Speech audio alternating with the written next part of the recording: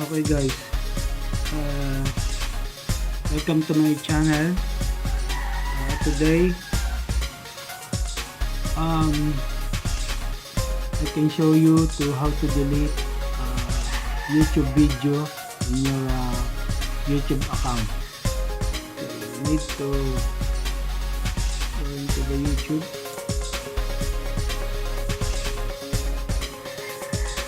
And then sign in.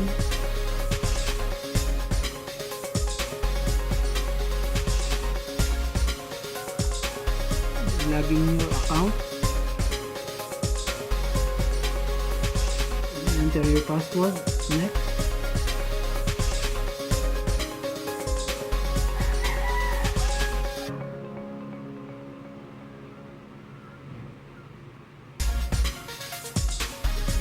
Then choose your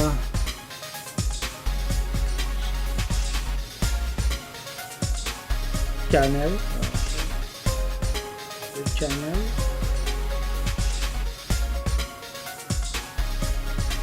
And YouTube Studio Beta.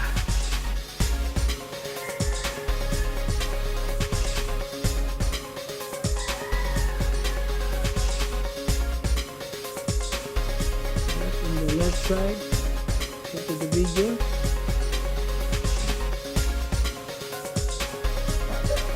And choose the video if you want to delete your account.